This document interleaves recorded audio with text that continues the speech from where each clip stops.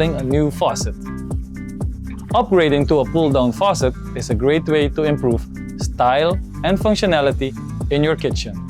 Tools and supplies you'll need include your new pull-down faucet from Koyman, an adjustable wrench, a socket wrench, basin wrench, Teflon tape, a bucket and some towels, and a work light.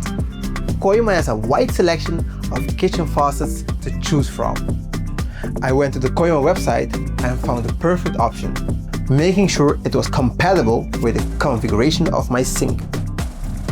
To get the installation started, we need to make sure we shut off the water supply. Locate the hot and cold valves under the sink. Turn them to shut off the water flow. Next, place a bucket under the sink to catch any dripping water. Use an adjustable wrench to unscrew the supply lines. Loosen and remove the mounting nut holding the old faucet in place and disconnect the old faucet. Be sure to check the manual to make sure all the steps are covered. Now, we're ready to secure the new faucet to the sink. Insert the faucet through the sink hole. From underneath, tighten the mounting nut to secure the faucet in place. With the new faucet securely installed, we can now reconnect the water supply lines. Attach the hot and cold lines to the respective shut-off valves.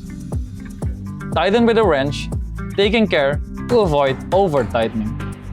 As a last step, we need to test for leaks and proper functionality. Turn the shut-off valves back on. Slowly turn on the faucet and check for leaks. Test the pull-down sprayer to ensure it retracts properly. The new faucet is fantastic. Our family is gonna love it.